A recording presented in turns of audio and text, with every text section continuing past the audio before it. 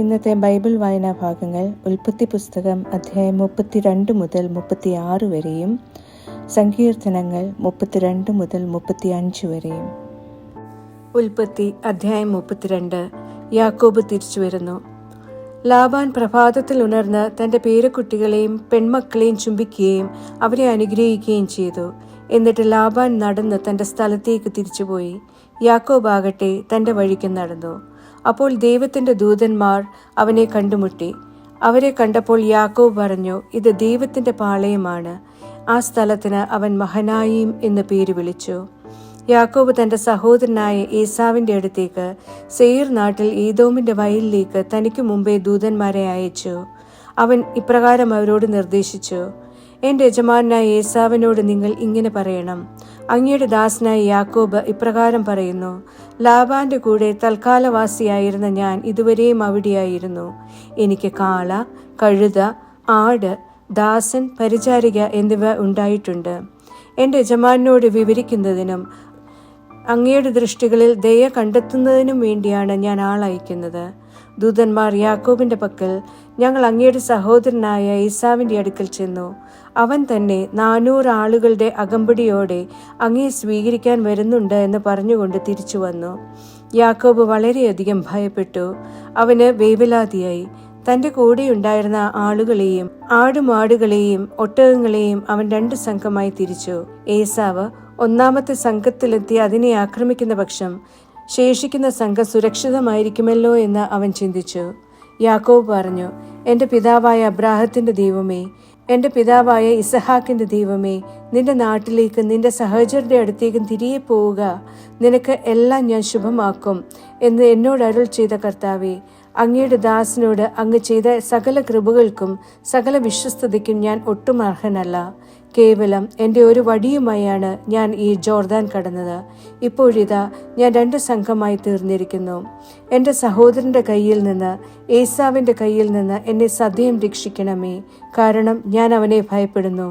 അവൻ വന്ന് അമ്മയോടും മക്കളോടുമൊപ്പം എന്നെ കൊല്ലാൻ ഇടവരുത്തരുതേ. മാത്രമല്ല, ഞാൻ തീർച്ചയായും നിനക്ക് ശുഭം വരുത്തും. നിന്റെ സന്തതിയെ പെരുപ്പം മൂലം എണ്ണാനാവാത്ത കടൽ മണൽത്തരി പോലെ ആക്കി തീർക്കുമെന്ന് അങ്ങ് അരുൾ ചെയ്തിട്ടുണ്ടല്ലോ. ആ രാത്രി അവൻ അവിടെ കഴിഞ്ഞുകൂടി. പിന്നെ തന്റെ കൈവശമുള്ളതിൽ നിന്ന് അവൻ തന്റെ സഹോദരൻ ഏസാവിന് വേണ്ടിയുള്ള കാഴ്ചയെടുത്തു.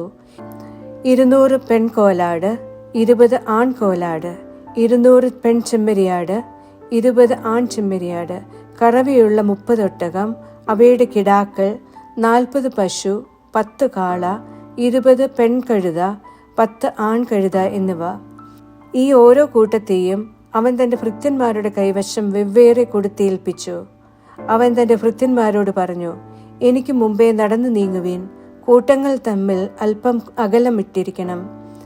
ഏറ്റവും മുമ്പേ പോയവനെ അവൻ ഇപ്രകാരം ചുമതലപ്പെടുത്തി, എന്റെ സഹോദരൻ ഏസാവ് നിന്നെ കണ്ടുമുട്ടുമ്പോൾ അവൻ നിന്നോട് ഇങ്ങനെ അന്വേഷിക്കും, നീ ആരുടെ ആളാണ്? നീ എവിടേക്ക് പോകുന്നു? നിന്റെ മുമ്പിലുള്ള ഇതെല്ലാം ആരുടേതാണ്? അപ്പോൾ നീ പറയണം, അങ്ങയുടെ ദാസനായ യാക്കോബിൻ്റെതാണ്. എൻ്റെ യജമാനായ ഏസാവിന് കൊടുത്തയച്ചിരിക്കുന്ന കാഴ്ചവസ്തുവാണിത്. അതാ അവനും ഞങ്ങളുടെ പിന്നാലെയുണ്ട്. തുടർന്ന് അവൻ 2ാമനെയും 3ാമനെയും കൂട്ടങ്ങൾക്ക് പിമ്പേ നടന്നിരുന്ന എല്ലാവരെയും ഇപ്രകാരം ചുമതലപ്പെടുത്തി, നിങ്ങൾ ഏസാവിനെ കണ്ടുമുട്ടുമ്പോൾ ഇതുപോലെ തന്നെ അവനോട് കാര്യം പറയണം. ഇതാ അങ്ങയുടെ ദാസനായ യാക്കോബ് ഞങ്ങൾക്ക് പിന്നാലെയുണ്ട് എന്നുകൂടി നിങ്ങൾ പറയണം. അങ്ങനെ എനിക്ക് മുമ്പേ നീങ്ങുന്ന കാഴ്ചവസ്തു കൊണ്ട് അവന്റെ മുഖം ഞാൻ മറയ്ക്കട്ടെ. അത് കഴിഞ്ഞ് ഞാൻ അവനെ നേരിൽ കാണും. ഒരു പക്ഷേ അവൻ എന്നെ സ്വീകരിക്കും എന്ന് അവൻ പറഞ്ഞു. അങ്ങനെ കാഴ്ചവസ്തു അവനു മുമ്പേ കടന്നുപോയി. അവനാകട്ടെ ആ രാത്രി പാളയത്തിൽ പാർത്തു. യാക്കോബിന്റെ മൽപിടുത്തം. അവൻ രാത്രിയിൽ ഉണർന്ന് തന്റെ 2 ഭാര്യമാരെയും തന്റെ 2 പരിചാരകമാരെയും തന്റെ 11 മക്കളെയും കൂട്ടിക്കൊണ്ട് യാക്കോബിന്റെ കടവു കടന്നു. അവൻ അവരെ എടുത്ത് പുഴയ്ക്കക്കരെ കടത്തിവിട്ടു. തനിക്കുണ്ടായിരുന്നതെല്ലാം അവൻ അക്കരെ എത്തിച്ചു.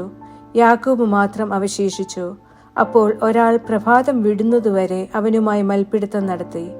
അവനോട് ജയിക്കില്ലെന്ന് കണ്ടപ്പോൾ അയാൾ യാക്കോബിന്റെ ഇലയിൽ ഇടിച്ചു. അവനുമായുള്ള അയാളുടെ മൽപിടുത്തത്തിനിടയിൽ യാക്കോബിന്റെ എലിക്കുഴ തെറ്റി. അയാൾ പറഞ്ഞു, എന്നെ വിട്ടയച്ചാലും, കാരണം പ്രഭാതം വിടരുകയാണ്. അവൻ പറഞ്ഞു, എന്നെ അനുഗ്രഹിച്ചിട്ടല്ലാതെ അങ്ങയെ ഞാൻ വിട്ടയക്കുകയില്ല. അയാൾ അവനോട് ചോദിച്ചു, നിന്റെ പേരെന്താണ്? അവൻ പറഞ്ഞു, യാക്കോബ്. അപ്പോൾ അയാൾ പറഞ്ഞു, ഇനിമേൽ നിന്റെ പേര് യാക്കോബ് എന്നല്ല, പ്രത്യുത ഇസ്രായേൽ എന്ന് പറയപ്പെടും. കാരണം നീ ദൈവത്തോടും മനുഷ്യരോടും മല്ലിട്ട് ജയിച്ചിരിക്കുന്നു. അപ്പോൾ യാക്കോബ് ജിജ്ഞാസയോടെ അഭ്യർത്ഥിച്ചു, അങ്ങയുടെ പേര് വെളിപ്പെടുത്തിയാലും. അതിന് അയാൾ പറഞ്ഞു, നീ എൻ്റെ പേര് അന്വേഷിക്കുന്നത് എന്തിന്? എന്നിട്ട് അവിടെ വെച്ച് അയാൾ യാക്കോബിനെ അനുഗ്രഹിച്ചു. അപ്പോൾ യാക്കോബ് ഉദ്ഘോഷിച്ചു, ഈ സ്ഥലത്തിൻ്റെ പേര് പെനീയേൽ എന്നാണ്. കാരണം ദൈവത്തെ ഞാൻ മുഖാമുഖം കണ്ടു, എന്നിട്ടും എൻ്റെ ജീവൻ സുരക്ഷിതമായിരിക്കുന്നു. അവൻ പെനുവേൽ കടന്നപ്പോഴേക്കും സൂര്യൻ ഉദിച്ചിരുന്നു. അവനാകട്ടെ തൻ്റെ എലി മൂലം മുടന്തുകയായിരുന്നു. അവിടുന്ന് യാക്കോബിന്റെ എലിക്കുഴയിൽ തുടയുടെ സ്നായു ഭാഗത്തിടിച്ചതുകൊണ്ട് ഇസ്രായേല്യർ ഇന്നും തുടയുടെ സ്നായു ഭക്ഷിക്കാറില്ല. ഉൽപ്പത്തി അധ്യായം 33. ഏസാവിനെ കണ്ടുമുട്ടുന്നു. യാക്കോബ് തന്റെ കണ്ണുകൾ ഉയർത്തി നോക്കി, അതാ ഏസാവ് അയാളോടൊപ്പം 400 പേരുമായി വരുന്നു. അപ്പോൾ യാക്കോബ് മക്കളെ ലേയായുടെ പക്കലും റാഹേലിന്റെ പക്കലും 2 പരിചാരികമാരുടെ പക്കലുമായി വേർതിരിച്ചു. അവൻ പരിചാരികമാരെയും അവരുടെ മക്കളെയും മുമ്പിലും ലേയായെയും അവളുടെ മക്കളെയും അതിനു പുറകിലും റാഹേലിനെയും ജോസഫിനെയും ഏറ്റവും പുറകിലും നിർത്തി. എന്നിട്ട് അവൻ അവരുടെ മുമ്പേ നീങ്ങി. തന്റെ സഹോദരന്റെ അടുത്തെത്തുവോളം അവൻ 7 തവണ നിലം മുട്ടേ കുമ്പിട്ടു. ഏസാവാകട്ടെ അവനെ സ്വീകരിക്കാനായി ഓടിവന്നു. അവനെ ആലിംഗനം ചെയ്തു. അവന്റെ കഴുത്തിൽ വീണ് അവനെ ചുംബിച്ചു. അവർ കരഞ്ഞു. അയാൾ തന്റെ കണ്ണുകൾ ഉയർത്തിയപ്പോൾ സ്ത്രീകളെയും കുട്ടികളെയും കണ്ടു. അപ്പോൾ അയാൾ ചോദിച്ചു, ഇവർ നിന്റെ ആരാണ്? അവൻ പറഞ്ഞു, ദൈവം അങ്ങയുടെ ദാസന് ചെയ്ത ഔദാര്യമാണ് ഈ കുട്ടികൾ. അപ്പോൾ പരിചാരികമാർ അവരും അവരുടെ മക്കളും അടുത്തു ചെന്ന് വണങ്ങി. തുടർന്ന് ലേയായും അവളുടെ മക്കളും അടുത്തു ചെന്ന് വണങ്ങി. അതിനുശേഷം ജോസഫും റാഫേലും അടുത്തു ചെന്ന് വണങ്ങി. അവൻ ചോദിച്ചു, ഞാൻ കണ്ടുമുട്ടിയ ആ സംഘമെല്ലാം നിന്റെ ആരാണ്? യാക്കോബ് പറഞ്ഞു, എൻ്റെ യജമാനന്റെ ദൃഷ്ടികളിൽ പ്രീതി സമ്പാദിക്കാൻ വേണ്ടിയുള്ളതാണ്. ഏസാവ് പറഞ്ഞു, എൻ്റെ സഹോദര, എനിക്കത് വേണ്ടത്രയുണ്ട്. നിന്റേത് നിനക്ക് തന്നെ ഇരിക്കട്ടെ. യാക്കോബ് പറഞ്ഞു, അരുതേ, അങ്ങയുടെ ദൃഷ്ടികളിൽ ഞാൻ പ്രീതി കണ്ടെത്തിയിട്ടുണ്ടെങ്കിൽ എൻ്റെ കയ്യിൽ നിന്ന് എൻ്റെ കാഴ്ചവസ്തു സ്വീകരിക്കണം. കാരണം തീർച്ചയായും ദൈവത്തിൻ്റെ മുഖം കണ്ടാൽ എന്ന പോലെയാണ് ഞാൻ അങ്ങയുടെ മുഖം കണ്ടത്. അങ്ങ് എന്നിൽ സംപ്രീതനാവുകയും ചെയ്തിരിക്കുന്നു. ദൈവം എന്നോട് ഔദാര്യം കാണിച്ചിരിക്കുന്നതിനാലും എനിക്ക് എല്ലാം ഉള്ളതിനാലും അങ്ങേയ്ക്കായി എത്തിച്ചിരിക്കുന്ന എൻ്റെ കാഴ്ച സ്വീകരിച്ചാലും. അവൻ അയാളെ നിർബന്ധിച്ചപ്പോൾ അയാൾ അത് സ്വീകരിച്ചു. അയാൾ പറഞ്ഞു, നമുക്ക് യാത്രയാകാം, നമുക്ക് പുറപ്പെടാം, ഞാൻ നിന്റെ മുമ്പേ നടക്കാം. അവൻ അയാളോട് പറഞ്ഞു, എൻ്റെ യജമാനനെ, കുട്ടികളൊക്കെയും ക്ഷീണിച്ചിരിക്കുകയാണെന്ന് അങ്ങേക്കറിയാമല്ലോ. കറവയുള്ള ആടുമാടുകളും എൻ്റെ ചുമതലയിലുണ്ട്. ഒരു ദിവസത്തേക്കാണെങ്കിലും കൂടുതലായി ഓടിച്ചാൽ ആട്ടിൻപറ്റം മുഴുവൻ ചത്തുപോകും. എൻ്റെ യജമാനൻ അങ്ങേ ദാസിനു മുമ്പേ പോയാലും ഞാനാകട്ടെ സെയീറിലേക്ക് എൻ്റെ യജമാനന്റെ അടുത്തേക്ക് വന്നെത്തുന്നതുവരെ എൻ്റെ മുമ്പിലുള്ള കന്നുകാലികളുടെ നടപ്പിനൊത്ത് കുട്ടികളുടെ നടപ്പിനൊത്ത് സാവകാശം മുന്നേറാം. എൻ്റെ കൂടെയുള്ള ജനത്തിൽ നിന്ന് കുറെ പേരെ ഞാൻ നിന്റെ കൂടെ നിർത്താമെന്ന് ഏസാവ് പറഞ്ഞപ്പോൾ അവൻ ചോദിച്ചു, അതെന്തിനാണ്? ഞാൻ എൻ്റെ യജമാനന്റെ ദൃഷ്ടികളിൽ ദയ കണ്ടെത്തുന്നുവല്ലോ. ഏസാവ് അന്ന് തന്നെ തൻ്റെ വഴിക്ക് സെയീറിലേക്ക് തിരികെ പോയി. യാക്കോബ് ആകട്ടെ സൂക്കോത്തിലേക്ക് നീങ്ങി. പിന്നെ തനിക്ക് ഒരു വീട് പണിതു. തൻ്റെ കാലിക്കൂട്ടത്തിന് കൂടുകളും കെട്ടി. അതുകൊണ്ടാണ് ആ സ്ഥലത്തെ സൂക്കോത്ത് എന്ന് പേര് വിളിക്കുന്നത്. യാക്കോബ് പാദാൻ ആരാമിൽ നിന്ന് പുറപ്പെട്ട് കാനാൻ ദേശത്തുള്ള ഷെക്കേം പട്ടണത്തിൽ സുരക്ഷിതനായി എത്തിച്ചേർന്നു. അവിടെ നഗരത്തിനു മുമ്പിലായി പാളയമടിച്ചു. തന്റെ കൂടാരമടിച്ച വയൽഭാഗം ഷെക്കേമിന്റെ പിതാവായ ഹാമോറിന്റെ മക്കളിൽ നിന്ന് 100 കെസീദായ്ക്ക് അവൻ വാങ്ങി. അവൻ അവിടെ ഒരു ബലിപീഠം സ്ഥാപിച്ചു. അതിനെ ഏൽ എലോഹൈ ഇസ്രായേൽ എന്ന് വിളിച്ചു. ഉൽപ്പത്തി അധ്യായം 34. ദീനായുടെ മാനഭംഗം. യാക്കോബിന് വേണ്ടി ലേയ പ്രസവിച്ച മകൾ ദീന ആ നാട്ടിലെ പെൺകുട്ടികളെ കാണാനിറങ്ങി. നാടിന്റെ പ്രഭുവായ ഹാമോർ എന്ന ഹിവ്യന്റെ മകൻ ഷെക്കേം അവളെ കണ്ടു. അവൻ അവളെ പിടികൂടി അവളോടൊത്ത് ശയിച്ച് പീഡിപ്പിച്ചു. ഒപ്പം അവന്റെ ആത്മാവ് യാക്കോബിന്റെ മകളായ ദീനയിൽ ലയിച്ചു. അവൻ ആ പെൺകുട്ടിയെ പ്രണയിച്ചു. അവൻ ആ പെൺകുട്ടിയോട് ഹൃദയപൂർവ്വം സംസാരിച്ചു. ഷെക്കേം തന്റെ പിതാവായ ഹാമോറിനോട് ഇപ്രകാരം പറഞ്ഞു, ഈ തരുണിയെ എനിക്ക് ഭാര്യയാക്കി തരണം. തന്റെ മകളായ ദീനായെ അവൻ കളങ്കിതയാക്കിയെന്ന് യാക്കോബ് കേട്ടു. അവൻ്റെ പുത്രന്മാർ അവൻ്റെ കാലിക്കൂട്ടത്തോടൊപ്പം വയലിലായിരുന്നു. അവർ വരുന്നതുവരെ യാക്കോബ് സംയമനം പാലിച്ചു. അപ്പോൾ ഷെക്കേമിന്റെ പിതാവായ ഹാമോർ യാക്കോബിനോട് സംസാരിക്കാനായി അവൻ്റെ അടുത്തേക്ക് തിരിച്ചു. കേട്ട മാത്രയിൽ യാക്കോബിന്റെ പുത്രന്മാരും വയലിൽ നിന്ന് വന്നെത്തി. അവർ രോഷം കൊണ്ടു. യാക്കോബിന്റെ മകളും ഒത്ത് ശയിച്ചതുവഴി ഇസ്രായേലിൽ മ്ലേച്ഛകൃത്യം ചെയ്തുകൊണ്ട് അവൻ അവരെ അതീവം കുപിതരാക്കി. അപ്രകാരം ചെയ്യാൻ പാടില്ലായിരുന്നു. അപ്പോൾ ഹാമോർ അവരോട് ഇപ്രകാരം പറഞ്ഞു: ഷെക്കേം എൻ്റെ മകനാണ്. അവൻ്റെ ആത്മാവ് നിങ്ങളുടെ പുത്രിയിൽ അനുരക്തമാണ്. അവളെ അവന് ഭാര്യയായി നൽകിയാലും ഞങ്ങളുമായി വിവാഹബന്ധത്തിലേർപ്പെടുവേൻ. നിങ്ങളുടെ പെൺമക്കളെ ഞങ്ങൾക്ക് തരുവേൻ. നിങ്ങളുടെ പെൺമക്കളെ നിങ്ങൾക്കായി സ്വീകരിക്കുവേൻ. നിങ്ങൾ ഞങ്ങളുടെ കൂടെ പാർക്കുവേൻ. ഈ നാട് നിങ്ങളുടെ മുമ്പിലുണ്ടല്ലോ. അതിൽ വസിച്ച് അതിനെ പ്രയോജനപ്പെടുത്തി സമ്പാദ്യമുണ്ടാക്കുവേൻ. തുടർന്ന് അവളുടെ പിതാവിനോടും സഹോദരന്മാരോടുമായി ഷെക്കേം പറഞ്ഞു: നിങ്ങളുടെ ദൃഷ്ടികളിൽ ഞാൻ പ്രീതി കണ്ടെത്തട്ടെ. നിങ്ങൾ എന്നോട് പറയുന്നത് ഞാൻ തരാം. സ്ത്രീധനവും സമ്മാനവും എൻ്റെ മേൽ അധികമായി വർദ്ധിപ്പിച്ചുകൊള്ളുവേൻ. നിങ്ങൾ എന്നോട് ആവശ്യപ്പെടുന്നത് എന്തായാലും ഞാൻ തരുന്നതാണ്. പെൺകുട്ടിയെ ഭാര്യയായി എനിക്ക് നൽകിയാൽ മതി. തങ്ങളുടെ സഹോദരി ദീനായെ ഷെക്കേം കളങ്കിതയാക്കിയതുകൊണ്ട് യാക്കോബിന്റെ മക്കൾ അവനോടും അവന്റെ പിതാവായ ഹാമോറിനോടും വഞ്ചനാപൂർവ്വം മറുപടി പറഞ്ഞു. അവർ അവനോട് പറഞ്ഞു: അഗ്രചർമ്മം ഞങ്ങൾക്ക് അപമാനമായതുകൊണ്ട് അതുള്ള ഒരാൾക്ക് ഞങ്ങളുടെ സഹോദരിയെ നൽകുക എന്ന ഇക്കാര്യം ചെയ്യുക ഞങ്ങൾക്ക് സാധ്യമല്ല. എന്നാൽ ഇങ്ങനെ മാത്രം ഞങ്ങൾ നിങ്ങളോട് സമ്മതിക്കാം: നിങ്ങളുടെ ഇടയിലെ ഓരോ പുരുഷനും ഞങ്ങളെപ്പോലെയാകണം, അതായത് പരിച്ഛേദനം ചെയ്യപ്പെടണം. അപ്പോൾ ഞങ്ങളുടെ പുത്രിമാരെ ഞങ്ങൾ നിങ്ങൾക്ക് തരാം. നിങ്ങളുടെ പുത്രിമാരെ ഞങ്ങൾക്കായി സ്വീകരിക്കുകയും ചെയ്യാം. ഞങ്ങൾ നിങ്ങളോടൊത്ത് വസിക്കുകയും നമ്മൾ ഒറ്റ ജനമായി തീരുകയും ചെയ്യും. പരിച്ഛേദനം ചെയ്യുന്നതിൽ നിങ്ങൾ ഞങ്ങളെ കേൾക്കാത്ത പക്ഷം ഞങ്ങളുടെ മകളെയും കൊണ്ട് ഞങ്ങൾ പോകും. അവരുടെ വാക്കുകൾ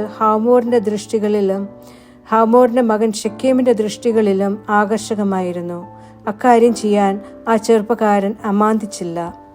കാരണം യാക്കോബിന്റെ മകളിൽ അവൻ അനുരക്തനായിരുന്നു. തന്റെ പിതൃഭവനം മുഴുവനിലും അവൻ മതിക്കപ്പെട്ടവനായിരുന്നു. ഹാമോറും സ്വപുത്രൻ ഷെക്കേമും തങ്ങളുടെ നഗര കവാടത്തിങ്കിൽ ചെന്ന് തങ്ങളുടെ പട്ടണത്തിലെ ആളുകളോട് ഇപ്രകാരം പറഞ്ഞു: ഈ ആളുകൾ നമ്മോട് സൗഹാർദ്ദത്തിലാണ്. ഇവർ ഈ നാട്ടിൽ പാർത്ത് അത് പ്രയോജനപ്പെടുത്തട്ടെ. നോക്കൂ, നാട് അവരുടെ മുമ്പിൽ ഇരുമടങ്ങ് വിസ്തൃതമാണല്ലോ. അവരുടെ പുത്രിമാരെ നമുക്ക് ഭാര്യമായി നമ്മൾ സ്വീകരിക്കും. നമ്മുടെ പുത്രിമാരെ നമ്മൾ അവർക്ക് നൽകുകയും ചെയ്യും. എന്നാൽ ഇങ്ങനെ മാത്രമാണ് ആ ആളുകൾ നമ്മോടൊത്ത് വസിക്കാനും ഒറ്റ ജനമായി തീരാനും സമ്മതിച്ചിട്ടുള്ളത്. അതായത് അവർ പരിച്ഛേദിതരായിരിക്കുന്നത് പോലെ നമ്മുടെ ഓരോ പുരുഷനും പരിച്ഛേദിതനാകണം. അവരുടെ കാലിക്കൂട്ടവും അവരുടെ സമ്പാദ്യവും നമ്മുടെ മൃഗസമ്പത്ത് മുഴുവനും നമ്മുടേതാവില്ലേ? ആകയാൽ നമുക്ക് അവരോട് സമ്മതിക്കാം. എങ്കിൽ അവർ നമ്മുടെ കൂടെ താമസിക്കും. അവന്റെ നഗര കവാടം കടന്ന എല്ലാവരും ഹാമോറിനെയും അവന്റെ മകൻ ഷെക്കേമിനെയും അനുസരിച്ചു. അങ്ങനെ അവന്റെ നഗര കവാടം കടന്ന എല്ലാവരും ഓരോ പുരുഷനും പരിച്ഛേദനം ചെയ്യപ്പെട്ടു. 3-ാം ദിവസം അവർ വേദനിച്ചിരിക്കെ യാക്കോബിന്റെ 2 പുത്രന്മാർ ദീനയുടെ സഹോദരന്മാർ ഷിമിയോനും ലേവിയും താങ്കളുടെ വാളെടുത്ത് അപ്രതിരോധ്യരായി നഗരത്തിൽ കടന്ന ഓരോ പുരുഷനെയും വധിച്ചു. ഹാമോറിനെയും അവന്റെ മകൻ ഷെക്കേമിനെയും അവർ വാളിന്റെ വായ്ത്തലയ്ക്ക് ഇരയാക്കി. ഷെക്കേമിന്റെ വീട്ടിൽ നിന്ന് ദീനായെ വീണ്ടെടുത്ത് അവർ പുറത്തു കടന്നു. തങ്ങളുടെ സഹോദരിയെ അവർ കളങ്കിതയാക്കിയതിനാൽ വധിക്കപ്പെട്ടവരുടെ ഇടയിലൂടെ യാക്കോബിന്റെ മക്കൾ വന്ന് നഗരം കൊള്ളയടിച്ചു. അവരുടെ ആടുമാടുകളെയും അവരുടെ കഴുതുകളെയും നഗരത്തിലും വയലിലും ഉണ്ടായിരുന്നവയും അവർ എടുത്തുകൊണ്ടുപോയി. അവരുടെ സർവ്വസമ്പത്തും വീട്ടുവകകളൊക്കെയും അവർ കൊള്ളയടിക്കുകയും അവരുടെ ഓരോ കുഞ്ഞിനെയും അവരുടെ സ്ത്രീകളെയും ബന്ധനസ്ഥരാക്കുകയും ചെയ്തു. അപ്പോൾ യാക്കോബ് ഷിമിയോനോടും ലേവിയോടും പറഞ്ഞു: തദ്ദേശവാസികൾക്കിടയിൽ, കാനാന്യർക്കിടയിലും പെരീസ്യർക്കിടയിലും എന്നെ അപഹാസ്യനാക്കും വിധം നിങ്ങൾ എന്നെ കുഴപ്പത്തിലാക്കിയിരിക്കുന്നു. ഞാൻ ആളെണ്ണം കുറഞ്ഞവനാണ്. അവർ എനിക്കെതിരെ സംഘടിച്ച് എന്നെ ആക്രമിക്കും. അപ്പോൾ ഞാനും എൻ്റെ കുടുംബവും നിർമാർജനം ചെയ്യപ്പെടും. അപ്പോൾ അവർ ചോദിച്ചു: ഞങ്ങളുടെ സഹോദരിയെ അവന് ഒരു വേശ്യ കണക്കെ ആക്കാമെന്നോ? ഉൽപ്പത്തി അധ്യായം 35. യാക്കോബ് വീണ്ടും ബേഥേലിൽ. ദൈവം യാക്കോബിനോട് അരുൾ ചെയ്തു: എഴുന്നേറ്റ് ബേഥേലിലേക്ക് കയറി അവിടെ പാർക്കുക.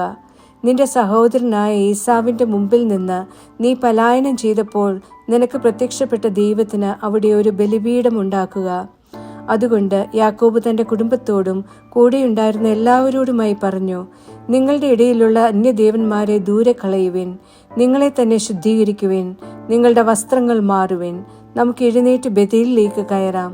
എന്റെ കഷ്ടതയുടെ ദിനത്തിൽ എനിക്ക് ഉത്തരമരുളിയ ദൈവത്തിന് ഞാൻ അവിടെ ഒരു ബലിപീഠം പണിയട്ടെ. ഞാൻ പ്രയാണം ചെയ്ത വഴിയിൽ അവിടുന്ന് എന്നോട് കൂടിയുണ്ടായിരുന്നു. തങ്ങളുടെ കൈവശമുണ്ടായിരുന്ന എല്ലാ അന്യദേവന്മാരെയും തങ്ങളുടെ കർണാഭരണങ്ങളും അവർ യാക്കോബിന് നൽകി.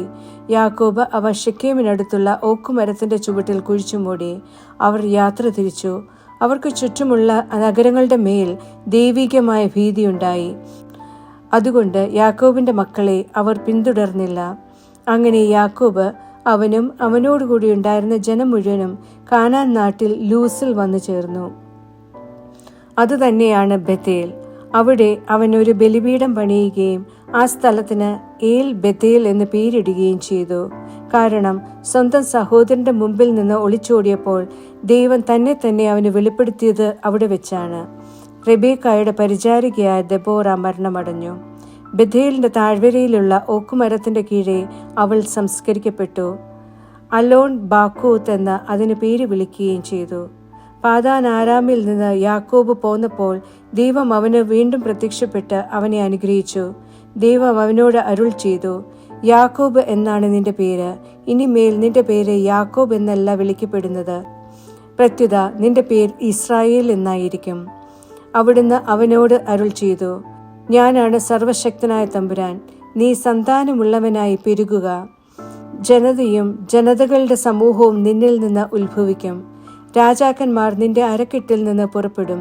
അബ്രാഹത്തിനും ഇസഹാക്കിനും ഞാൻ നൽകിയ നാട് നിനക്ക് ഞാൻ തരും. നിനക്ക് ശേഷം നിന്റെ സന്തതിക്കും ഞാൻ ആ നാട് നൽകും.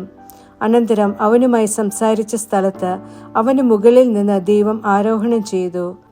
അവിടുന്ന് തന്നോട് സംസാരിച്ച സ്ഥലത്ത് യാക്കോബ് ഒരു സ്തംഭം നാട്ടി, ഒരു ശിലാസ്തംഭം. അതിന്മേൽ അവൻ ഒരു പാനീയ ബലി അർപ്പിക്കുകയും എണ്ണയൊഴിക്കുകയും ചെയ്തു. ദൈവം തന്നോട് സംസാരിച്ച ആ സ്ഥലത്തിന് യാക്കോബ് ബേഥേൽ എന്ന് പേര് വിളിച്ചു. റാഹേലിന്റെ മരണം. ബേഥേലിൽ നിന്ന് അവർ നീങ്ങി എഫ്രാത്തയിൽ എത്താൻ ഒരു കിബ്ര ദൂരം കൂടെയുള്ളപ്പോൾ റാഹേൽ പ്രസവിച്ചു. അവളുടെ പ്രസവത്തിൽ അവൾ തീവ്രവേദന കൊണ്ടു. അവൾ തന്റെ പ്രസവത്തിൽ തീവ്രവേദന കൊണ്ടപ്പോൾ സൂതികർമ്മിണി അവളോട് പറഞ്ഞു, ഭയപ്പെടേണ്ട, എന്തെന്നാൽ നിനക്ക് ഇതും ഒരു പുത്രൻ തന്നെ. എന്നാൽ അവൾ മരിക്കുകയായിരുന്നതുകൊണ്ട് അവളുടെ ആത്മാവ് വേർപിരിയവേ അവൾ അവനെ ബേൻ ഒനി എന്ന് പേര് വിളിച്ചു. എന്നാൽ അവന്റെ പിതാവ് അവനെ ബെഞ്ചമിൻ എന്നാണ് വിളിച്ചത്. റാഹേൽ നിര്യാതയായി. ബേത്ലഹേം എന്ന എഫ്രാത്തിയിലേക്കുള്ള വഴിയിൽ അവൾ സംസ്കരിക്കപ്പെട്ടു. അവളുടെ കല്ലറമേൽ യാക്കോബ് ഒരു സ്തംഭം നാട്ടി. ഇന്ന് വരെയും അതാണ് റാഹേലിന്റെ കബറിട സ്തംഭം. ഇസ്രായേൽ നീങ്ങി ഏദർ ഗോപുരത്തിനടുത്ത് കൂടാരമടിച്ചു. ഇസ്രായേൽ ആ നാട്ടിൽ പാർത്തിരുന്നപ്പോൾ റൂബൻ പോയി തന്റെ പിതാവിന്റെ ഉപനാരിയായ ബിൽഹായുമൊത്ത് ശയിച്ചു. ഇസ്രായേൽ ഇത് കേൾക്കാനിടയാവുകയും ചെയ്തു. യാക്കോബിന്റെ പുത്രന്മാർ. യാക്കോബിന് 12 പുത്രന്മാരുണ്ടായിരുന്നു. ലേയായുടെ പുത്രന്മാർ. യാക്കോബിന്റെ കടിഞ്ഞൂൽ പുത്രൻ റൂബൻ, ഷിമയോൻ, ലേവി, യൂദ, ഇസാക്കർ, സെബുലൂൺ. റാഹേലിന്റെ പുത്രന്മാർ ജോസഫ്, ബെഞ്ചമിൻ. റാഹേലിന്റെ പരിചാരികയായ ബിൽഹായുടെ പുത്രന്മാർ ദാൻ, നഫ്താലി. ലേയായുടെ പരിചാരികയായ സിൽഫായുടെ പുത്രന്മാർ ഗാദ്, ആഷേർ. യാക്കോബിന് പാതാൻ ആരാമിൽ വെച്ച് ജനിച്ച പുത്രന്മാരാണ് ഇവർ. ഇസഹാക്കിന്റെ മരണം. അബ്രാഹവും ഇസഹാക്കും തൽക്കാലവാസം നടത്തിയിരുന്ന കിരിയാദ് അർബായിൽ മാമ്രയിൽ, അതായത് ഹെബ്രോണിൽ, തന്റെ പിതാവായ ഇസഹാക്കിന്റെ അടുത്തേക്ക് യാക്കോബ് വന്നു. ഇസഹാക്കിന്റെ ആയുഷ്കാലം 180 വർഷമായിരുന്നു. ഇസഹാക്ക് വൃദ്ധനും ആയുഷ്കാലം തികഞ്ഞവനുമായി അന്ത്യശ്വാസം വലിച്ചു. അവൻ മരിച്ച് സ്വന്തം ജനങ്ങളോട് ചേർന്നു. അവന്റെ മക്കളായ ഏസാവും യാക്കോബും അവനെ സംസ്കരിച്ചു. ഉൽപ്പത്തി അധ്യായം 36. ഏസാവ് ഏദോമ്യരുടെ പിതാവ്. ഏസാവിന്റെ, അതായത് ഏദോമിന്റെ വംശാവലി ഇതാണ്. കാനാന്യ സ്ത്രീകളിൽ നിന്നാണ് ഏസാവ് തനിക്ക് ഭാര്യമാരെ സ്വീകരിച്ചത്. ഹിത്യനായ ഏലോനിന്റെ മകൾ ആദ, ഹിവ്യനായ സിബിയോനിന്റെ മകളായ ആനായുടെ പുത്രി ഒഹോലിബാമ, ഇസ്മായേലിന്റെ മകളും നെബായോത്തിന്റെ സഹോദരിയുമായ ബസ്മത്ത് എന്നിവരായിരുന്നു അവർ. ആദാ ഏസാവിനായി എലിഫാസിനെ പ്രസവിച്ചു. ബസ്മത്ത് റിവുവേലിനെയും പ്രസവിച്ചു. ഒഹോലിബാമ യെവൂഷിനെയും യാലാമിനെയും കോറഹിനെയും പ്രസവിച്ചു. ഇവരാണ് കാനാൻ ദേശത്ത് ഏസാവിന് പിറന്ന മക്കൾ. ഏസാവ് തന്റെ ഭാര്യമാരെയും പുത്രിപുത്രന്മാരെയും വീട്ടിലുള്ള എല്ലാ ആളുകളെയും തന്റെ കാലിക്കൂട്ടവും സകല മൃഗസമ്പത്തും കാനാൻ ദേശത്ത് താൻ നേടിയ സകല സമ്പാദ്യവും എടുത്ത് സ്വസഹോദരനായ യാക്കോബിൽ നിന്നകലെ ഒരു നാട്ടിലേക്ക് പോയി. കാരണം ഒന്നിച്ചു പാർക്കാൻ വയ്യാത്ത വിധം അത്ര അധികമായിരുന്നു അവരുടെ സമ്പാദ്യം. അവരുടെ കാലിക്കൂട്ടങ്ങൾ മൂലം അവരെ സംവഹിക്കുവാൻ അവരുടെ തൽക്കാല വാസഭൂമി അപര്യാപ്തമായിരുന്നു. അതുകൊണ്ട് ഏസാവ് സേർ മലയിൽ താമസമാക്കി. ഏസാവ് തന്നെയാണ് ഏദോം. സെയീർ മലയിലെ ഏദോമ്യരുടെ പിതാവായ ഏസാവിന്റെ വംശാവലി ഇതാണ്. ഏസാവിന്റെ പുത്രന്മാരുടെ പേരുകൾ ഇവയാണ്. ഏസാവിന്റെ ഭാര്യ ആദായുടെ മകൻ എലിഫാസ്. ഏസാവിന്റെ ഭാര്യ ബസ്മത്തിന്റെ മകൻ റെവുവേൽ. എലിഫാസിന്റെ പുത്രന്മാരായിരുന്നു തേമാൻ, ഓമർ, സെഫോ, ഗത്താം, കേനസ് എന്നിവർ. ഏസാവിന്റെ മകൻ എലിഫാസിന് തിമ്ന എന്നൊരു ഉപനാരിയുണ്ടായിരുന്നു. അവൾ എലിഫാസിനായി അമലേക്കിനെ പ്രസവിച്ചു. ഇവരാണ് ഏസാവിന്റെ ഭാര്യയായ ആദായുടെ പുത്രന്മാർ. റെവുവേലിന്റെ പുത്രന്മാരാണ് നഹത്ത്, സേറഹ്, ഷമ്മ, മിസ്സ എന്നിവർ. ഏസാവിന്റെ ഭാര്യ ബസ്മത്തിന്റെ മക്കളാണ് ഇവർ.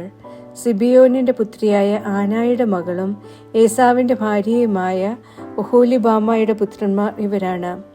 അവൾ ഏസാവിനായി യെവൂഷിനെയും യാലാമിനെയും കോറഹിനെയും പ്രസവിച്ചു. ഏസാവിന്റെ മക്കളുടെ പ്രഭുക്കന്മാർ ഇവരാണ്. ഏസാവിന്റെ ആദിജാതനായ എലിഫാസിന്റെ മക്കൾ: തേമാൻ പ്രഭു, ഓമർ പ്രഭു, സെഫോ പ്രഭു, കെനസ് പ്രഭു, കോറഹ് പ്രഭു, ഗത്താം പ്രഭു, അമലേക് പ്രഭു. ഇവരാണ് ഏദോം നാട്ടിൽ എലിഫാസിന്റെ പ്രഭുക്കന്മാർ. ആദായുടെ പുത്രന്മാരാണിവർ. ഏസാവിന്റെ മകനായ റെവുവേലിന്റെ പുത്രന്മാർ: നഹത്ത് പ്രഭു, സേറഹ് പ്രഭു, ഷമ്മ പ്രഭു, മിസ പ്രഭു. ഇവയാണ് ഏദോം നാട്ടിൽ റെവുവേലിന്റെ പ്രഭുക്കന്മാർ. ഇവർ ഏസാവിന്റെ ഭാര്യ ബസ്മത്തിന്റെ മക്കളാണ്. ഏസാവിന്റെ ഭാര്യ ഒഹോലിബാമയുടെ പുത്രന്മാർ ഇവരാണ്: യെവൂഷ് പ്രഭു, യലാം പ്രഭു, കോറഹ് പ്രഭു. ഇവരാണ് ഏസാവിന്റെ ഭാര്യയും ആനായുടെ മകളുമായ ഒഹോലിബാമയുടെ പ്രഭുക്കന്മാർ. ഇവരാണ് ഏസാവിന്റെ, അതായത് ഏദോമിന്റെ പുത്രന്മാർ. അവരുടെ പ്രഭുക്കന്മാർ ഇവർ തന്നെ. ഇവർ അന്നാട്ടിൽ പാർത്തിരുന്നവരും സേർ എന്ന ഹോര്യന്റെ പുത്രന്മാരുമാണ്: ലോത്താൻ, ഷോബാൽ, സിബിയോൻ, ആന, ദീഷോൻ, ഏസർ, ദീഷാൻ. ഏദോം നാട്ടിലെ സെയീറിന്റെ പുത്രന്മാരും ഹോര്യകുലങ്ങളുമാണിവർ. ലോത്താന്റെ പുത്രന്മാരായിരുന്നു ഹോറിയും ഹേമാമും. ലോത്താന്റെ സഹോദരിയായിരുന്നു തിമ്ന.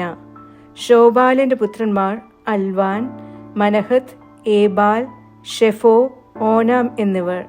സിബിയോനിന്റെ പുത്രന്മാർ ഇവരാണ്: അയ്യ, ആന.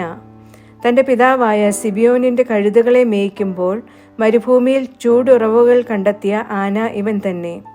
ആനായുടെ മക്കൾ ഇവരാണ്: ദീഷോനും ആനായുടെ പുത്രി ഒഹോലിബാമയും. ദീഷാന്റെ പുത്രന്മാർ ഹെംദാൻ, എഷ്ബാൻ, ഇത്രാൻ, കെറാൻ എന്നിവരായിരുന്നു. ഏസറിന്റെ പുത്രന്മാർ ഇവരാണ്: ബിൽഹാൻ, സാവാൻ, അക്കാൻ. ദീഷാന്റെ പുത്രന്മാർ ഊസ്, അരാൻ എന്നിവരാണ്. ഹോര്യകുലങ്ങൾ ഇവയാണ്: ലോത്താൻ കുലം, ഷോബാൻ കുലം, സിബിയോൻ കുലം, ആന കുലം, ദീഷോൻ കുലം, ഏസർ കുലം, ദീഷാൻ കുലം. സെയീർ നാട്ടിൽ ഹോര്യകുലങ്ങൾ അവരുടെ നേതാക്കൾക്കനുസരിച്ച് ഇവയാണ്. ഇസ്രായേലിയർക്ക് രാജഭരണം ഉണ്ടാകുന്നതിനു മുമ്പ് ഏദോം നാട് ഭരിച്ച രാജാക്കന്മാർ ഇവരായിരുന്നു. ബേയോറിന്റെ മകനായ ബേല ഏദോമിൽ ഭരിച്ചു. അവന്റെ പട്ടണത്തിന്റെ പേര് ദിൻഹാബ എന്നായിരുന്നു. ബേല മരിച്ചപ്പോൾ അവന്റെ സ്ഥാനത്ത് ബൊസ്രായിൽ നിന്നുള്ള സേറഹിന്റെ മകൻ യോബാബ് ഏദോമിൽ ഭരിച്ചു. യോബാബ് മരിച്ചപ്പോൾ അവന്റെ സ്ഥാനത്ത് തേമാനി ദേശത്തു നിന്നുള്ള ഹൂഷാം രാജാവായി. ഹൂഷാം മരിച്ചപ്പോൾ അവന്റെ സ്ഥാനത്ത് ബെദാദിന്റെ പുത്രനായ ഹദാദ് രാജാവായി. അവൻ മോവാബ് ദേശത്ത് വെച്ച് മിദിയാനെ തോൽപ്പിച്ചു. അവന്റെ പട്ടണത്തിന്റെ പേര് അവിത് എന്നായിരുന്നു. ഹദാദ് മരിച്ചപ്പോൾ അവന്റെ സ്ഥാനത്ത് മസ്രേക്കായിലെ സംല രാജാവായി. സംല മരിച്ചപ്പോൾ അവന്റെ സ്ഥാനത്ത് റെഹോബോത്ത് നഹാറിലെ സാവൂൾ രാജാവായി. സാവൂൾ മരിച്ചപ്പോൾ അവന്റെ സ്ഥാനത്ത് അക്ബോറിന്റെ മകനായ ബാൽ ഹാനാൻ രാജാവായി. അക്ബോറിന്റെ മകനായ ബാൽ ഹാനാൻ മരിച്ചപ്പോൾ ഹദാർ അവന്റെ സ്ഥാനത്ത് രാജാവായി. അവന്റെ പട്ടണത്തിന്റെ പേര് പാവു എന്നായിരുന്നു. അവന്റെ ഭാര്യയുടെ പേര് മെഹേത്തബേൽ എന്നായിരുന്നു. അവൾ മത്രേദിന്റെ പുത്രിയും മെസാഹാബിന്റെ പൗത്രിയുമായിരുന്നു. തങ്ങളുടെ വംശങ്ങളും സ്ഥലങ്ങളും പേരുകളും അനുസരിച്ച് ഏസാവിന്റെ കുലനാമങ്ങൾ ഇവയാണ്: തിമ്ന കുലം, അൽവ കുലം, യത്തത് കുലം, ഒഹോലിബാമ കുലം, ഏല കുലം, പിനോൻ കുലം, കെനസ് കുലം, തേമാൻ കുലം, മിപ്സാർ കുലം, മഗ്ദിയേൽ കുലം, ഈറാം കുലം. തങ്ങളുടെ അവകാശമായ നാട്ടിലെ താമസമനുസരിച്ച് ഏദോമിന്റെ കുലങ്ങൾ ഇവയായിരുന്നു. ഏദോമ്യരുടെ പൂർവികനാണ് ഏസാവ്. സങ്കീർത്തനങ്ങൾ 32 മുതൽ 35 വരെ. സങ്കീർത്തനം 32. പാപം ക്ഷമിക്കപ്പെട്ട ഭാഗ്യവാൻ. അതിക്രമം ക്ഷമിക്കപ്പെട്ടവനും പാപം മറയ്ക്കപ്പെട്ടവനും അനുഗ്രഹീതൻ. കർത്താവ് കുറ്റം പരിഗണിക്കാത്തവനും ആത്മവഞ്ചനയില്ലാത്തവനുമായ മനുഷ്യൻ അനുഗ്രഹീതൻ. ഞാൻ മൗനമായിരുന്നതുകൊണ്ട് ദിവസം മുഴുവനുമുള്ള എൻ്റെ രോദനം മൂലം എൻ്റെ അസ്ഥികൾ ക്ഷയിച്ചുപോയി. എന്തെന്നാൽ രാവും പകലും അങ്ങയുടെ കൈ എൻ്റെ മേൽ കനത്തു. വേനൽക്കാല ചൂടിൽ എൻ്റെ മജ്ജ വരണ്ടുപോയി. അങ്ങയോട് ഞാൻ എൻ്റെ പാപം ഏറ്റുപറഞ്ഞു. എൻ്റെ കുറ്റം ഞാൻ മറച്ചുവെച്ചില്ല. ഞാൻ പറഞ്ഞു, എൻ്റെ അതിക്രമങ്ങളെക്കുറിച്ച് കർത്താവിനോട് ഞാൻ ഏറ്റുപറയും. അപ്പോൾ എൻ്റെ പാപഭാരം അങ്ങ് എടുത്തുമാറ്റി. ആകയാൽ കണ്ടെത്താൻ കഴിയുന്ന കാലത്ത് ഓരോ ഭക്തനും അങ്ങയോട് പ്രാർത്ഥിക്കട്ടെ. പെരുവെള്ളം കവിഞ്ഞൊഴുകുമ്പോൾ അത് അവനെ സമീപിക്കില്ല. അങ്ങ് എൻ്റെ ഒളി സങ്കേതമാണ്. ക്ലേശത്തിൽ നിന്ന് അങ്ങെന്നെ കാത്തു സൂക്ഷിക്കുന്നു. രക്ഷപ്പെടുത്തലിൻ്റെ ആരവുമായി അങ്ങെന്നെ വലയം ചെയ്യുന്നു. ഞാൻ നിന്നെ അഭ്യസിപ്പിക്കാം. നീ നടക്കുന്ന വഴിയിൽ നിന്റെ പ്രകാശമായി നിന്നിൽ ദൃഷ്ടി പതിപ്പിച്ച് ഞാൻ നിന്നെ ഉപദേശിക്കട്ടെ. നിങ്ങൾ കുതിരയെപ്പോലെയോ ബുദ്ധിയില്ലാത്ത കോവർ കഴുതയെപ്പോലെയോ ആകരുത്. നിയന്ത്രിക്കുന്നതിനാണ് കടിഞ്ഞാണോടുകൂടിയ അതിൻ്റെ ചമയം, അല്ലാതെ അത് നിന്റെ വശത്താക്കുക ദുഷ്കരം. ദുഷ്ടന് മുറിവുകൾ ഏറെയാണ്. കർത്താവിൽ ആശ്രയിക്കുന്നവനെയാകട്ടെ കാരുണ്യം വലയം ചെയ്യും. നീതിമാന്മാരെ കർത്താവിൽ സന്തോഷിച്ചാനന്ദിക്കുവിൻ. പരമാർത്ഥ ഹൃദയരായ നിങ്ങളെല്ലാവരും ആനന്ദാരവം മുതിർക്കുവിൻ. സങ്കീർത്തനം 33. സൃഷ്ടാവും പരിപാലകനുമായ ദൈവം. നീതിമാന്മാരെ കർത്താവിൽ ആമോദിക്കുവിൻ. സ്തോത്രാലാപം പരമാർത്ഥതയുള്ളവർക്ക് ചേർന്നതാണല്ലോ. കിന്നരം കൊണ്ട് കർത്താവിന് കൃതജ്ഞതയർപ്പിക്കുവിൻ. 10 കമ്പിയുടെ വീണ കൊണ്ട് അവിടത്തേക്ക് കീർത്തനം ആലപിക്കുവിൻ. അവിടത്തേക്ക് പുതിയ ഒരു ഗീതം ആലപിക്കുവിൻ. ആർപ്പ് വിളികളോടെ ഇമ്പകരമായി തന്ത്രി മീട്ടുവിൻ. എന്തെന്നാൽ കർത്താവിൻ്റെ വചനം പരമാർത്ഥമാണ്. അവിടുത്തെ ഓരോ പ്രവൃത്തിയും വിശ്വസനീയമാണ്. അവിടുന്ന് നീതിയും ന്യായവും ഇഷ്ടപ്പെടുന്നു. ഭൂമി കർത്താവിൻ്റെ കാരുണ്യം നിറഞ്ഞിരിക്കുന്നു. കർത്താവിൻ്റെ വചനത്താൽ ആകാശങ്ങൾ നിർമ്മിക്കപ്പെട്ടു. അവിടുത്തെ നിശ്വാസവായുവാൽ അവയുടെ സമസ്ത സൈന്യവും. സമുദ്രജലത്തെ കുമ്പാരം പോലെ കൂട്ടുന്നവനാണ് അവിടുന്ന്. ആഴങ്ങളെ കലവറകളിൽ സംഭരിക്കുന്നവനാണ് അവിടുന്ന്. ഭൂമി മുഴുവൻ കർത്താവിനെ ഭയപ്പെടട്ടെ. ലോകവാസികളെല്ലാം അവിടുന്ന് മൂലം സംഭ്രമിക്കട്ടെ. എന്തെന്നാൽ അവിടുന്ന് അരുൾ ചെയ്തു, അതുണ്ടായി. അവിടുന്ന് കൽപ്പിച്ചു, അത് നിലവിൽ വന്നു. കർത്താവ് ജനതകളുടെ ആലോചന വ്യർത്ഥമാക്കി. ജനതകളുടെ പദ്ധതികൾ തകർത്തു. കർത്താവിൻ്റെ ആലോചന എന്നേക്കും നിലനിൽക്കും. അവിടുത്തെ ഹൃദയവിചാരങ്ങൾ തലമുറ തലമുറയോളവും. കർത്താവ് തങ്ങളുടെ ദൈവമായുള്ള ജനത, അവിടുന്ന് തനിക്ക് അവകാശമായി തിരഞ്ഞെടുത്ത ജനം ഭാഗ്യമുള്ളത്.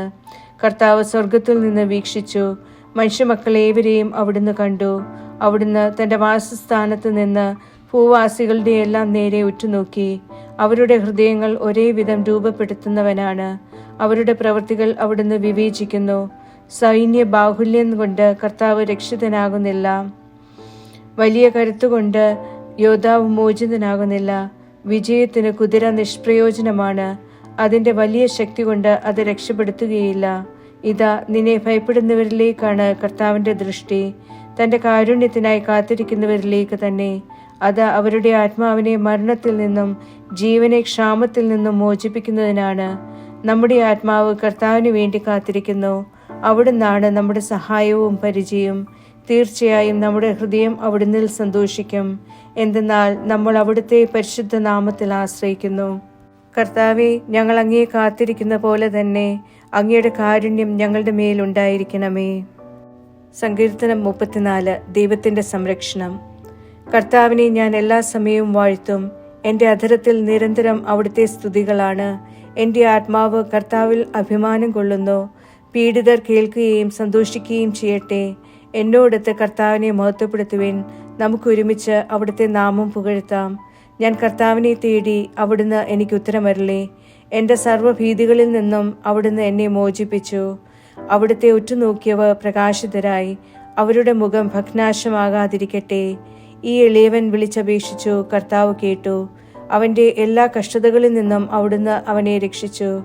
കർത്താവിനെ ഭയപ്പെടുന്നവരുടെ ചുറ്റും അവിടുത്തെ ദൂതൻ പാളയമടിച്ച് അവരെ വിടുവിക്കുന്നു. കർത്താവ് നല്ലവനാണെന്ന് രുചിച്ചറിയുവിൻ. അവിടുത്തെ ആശ്രയിക്കുന്ന വ്യക്തി ഭാഗ്യവാൻ. കർത്താവിൻ്റെ വിശുദ്ധരെ അവിടുത്തെ ഭയപ്പെടുവിൻ. എന്തെന്നാൽ അവിടുത്തെ ഭയപ്പെടുന്നവർക്ക് ഒരു കുറവും ഉണ്ടാവുകയില്ല. സിംഹക്കുട്ടികൾ വിശന്നു വലഞ്ഞേക്കാം. കർത്താവിനെ അന്വേഷിക്കുന്നവർക്കോ ഒരു നന്മയും കുറഞ്ഞു പോവുകയില്ല. മക്കളെ, വരുവിൻ, എന്നെ ശ്രവിക്കുവിൻ. ഞാൻ നിങ്ങളെ കർത്തൃഭയം അഭ്യസിപ്പിക്കാം. ജീവിതം ഇഷ്ടപ്പെടുകയും നന്മ കാണാൻ ദിനങ്ങൾ കാംക്ഷിക്കുകയും ചെയ്യുന്നവനാര്? തിന്മയിൽ നിന്ന് നിന്റെ നാവിനെയും വ്യാജഭാഷണത്തിൽ നിന്ന് നിന്റെ അധരങ്ങളെയും കാത്തു സൂക്ഷിക്കുക. തിന്മ വിട്ടകന്ന് നന്മ ചെയ്യുക. സമാധാനം തേടി അതിനെ പിന്തുടരുക.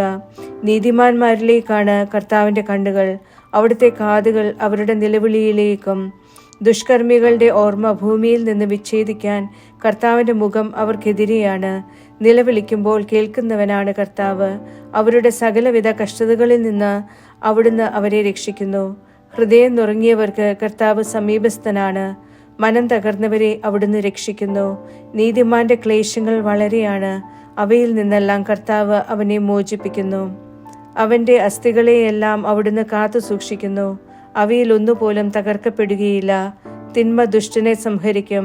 നീതിമാനെ ദ്വേഷിക്കുന്നവർ ശിക്ഷിക്കപ്പെടും. കർത്താവ് തന്റെ ദാസരുടെ ജീവൻ പരിത്രാണം ചെയ്യുന്നു. അവിടുത്തെ ശരണം പ്രാപിക്കുന്ന ആരും ശിക്ഷിക്കപ്പെടുകയില്ല. സങ്കീർത്തനം 35.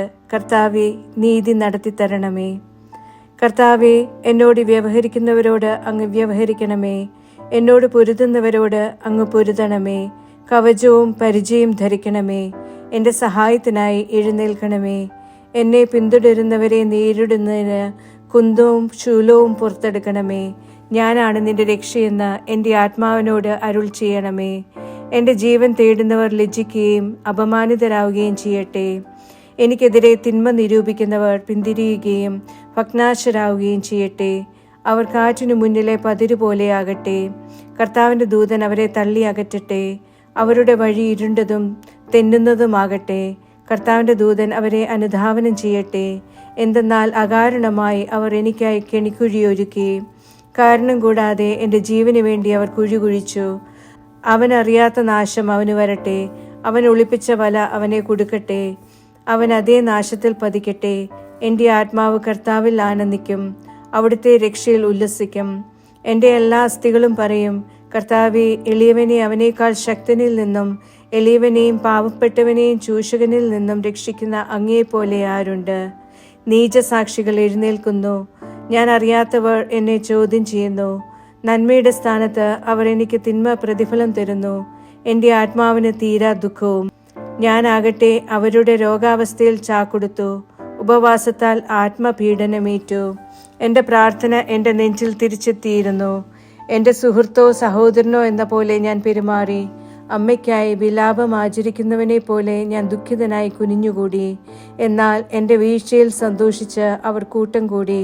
ഞാൻ അറിയാത്ത മുടന്തന്മാർ എനിക്കെതിരെ ഒത്തുചേർന്നു. അവർ നിർത്താതെ ഏഷണി പറഞ്ഞു. ഉദരപൂരണത്തിനായി പുച്ഛിക്കുന്ന ലൗകികരോടൊപ്പം എൻ്റെ നേരെ അവർ പല്ലിറുമി. നാഥ, എത്ര നാൾ അങ്ങ് നോക്കി നിൽക്കും? അവരുടെ ഉപദ്രവങ്ങളിൽ നിന്ന് എൻ്റെ ആത്മാവിനെ വിടിവിക്കണമേ. യുവസിംഹങ്ങളിൽ നിന്ന് എൻ്റെ ജീവനെയും. ഞാൻ മഹാസഭയിൽ അങ്ങേക്ക് കൃതജ്ഞത അർപ്പിക്കും. ജനക്കൂട്ടത്തിൽ ഞാൻ അങ്ങയെ സ്തുതിക്കും. കാപട്യക്കാരായ എൻ്റെ ശത്രുക്കൾ എന്നെക്കുറിച്ച് സന്തോഷിക്കാൻ ഇടയാകാതിരിക്കട്ടെ. അകാരണമായി എന്നെ വെറുക്കുന്നവർ കണ്ണുറുക്കാനും. സമാധാനമല്ലല്ലോ അവർ സംസാരിക്കുന്നത്. നാട്ടിലെ ശാന്തശീലർക്കെതിരെ അവർ കപടതന്ത്രങ്ങൾ നിരൂപിക്കുന്നു. അവർ എൻ്റെ നേരെ തങ്ങളുടെ വായ് പിളർന്നിരിക്കുന്നു. അവർ പറയുന്നു, ആഹാ ആഹാ, ഞങ്ങളുടെ കണ്ണുകൾ അത് കണ്ടു. കർത്താവെ, അങ്ങ് കണ്ടതാണല്ലോ, അങ്ങ് മൗനമായിരിക്കരുതേ. നാഥ, എന്നിൽ നിന്ന് അകന്നിരിക്കരുതേ. എൻ്റെ ദൈവവും നാഥനുമായവനെ, എൻ്റെ ന്യായവിധിക്കും എൻ്റെ വ്യവഹാരത്തിനുമായി ഉണർന്നെഴുന്നേൽക്കണമേ. എൻ്റെ ദൈവമായ കർത്താവേ, അങ്ങയുടെ നീതിക്കൊത്ത് എന്നെ ന്യായം വിധിക്കണമേ. അവർ എന്നെക്കുറിച്ച് സന്തോഷിക്കാതിരിക്കട്ടെ. ആഹാ, ഞങ്ങൾക്ക് തൃപ്തിയായി എന്ന് തങ്ങളുടെ ഹൃദയത്തിൽ അവർ പറയാതിരിക്കട്ടെ. ഞങ്ങൾ അവനെ വിഴുങ്ങിയെന്ന് അവർ ഘോഷിക്കാതിരിക്കട്ടെ. എൻ്റെ അനർത്ഥത്തിൽ സന്തോഷിക്കുന്നവർ ഒന്നടങ്കം ലജ്ജിച്ച് ഭഗ്നാശരാകട്ടെ. എനിക്കെതിരെ അഹങ്കരിക്കുന്നവരെ ലജ്ജയും അപമാനവും പൊതിയട്ടെ. എൻ്റെ നീതി വാഞ്ചിക്കുന്നവർ ആരവം മുതിർത്ത് സന്തോഷിക്കട്ടെ. അവർ നിരന്തരം പറയട്ടെ, തൻ്റെ ദാസന്റെ ശ്രേയസ് ഇഷ്ടപ്പെടുന്ന കർത്താവ് വലിയവനാണ്. എൻ്റെ നാവ് അങ്ങയുടെ നീതി ഉരുവിടും. ദിനം മുഴുവനും അങ്ങയുടെ സ്തുതിയും.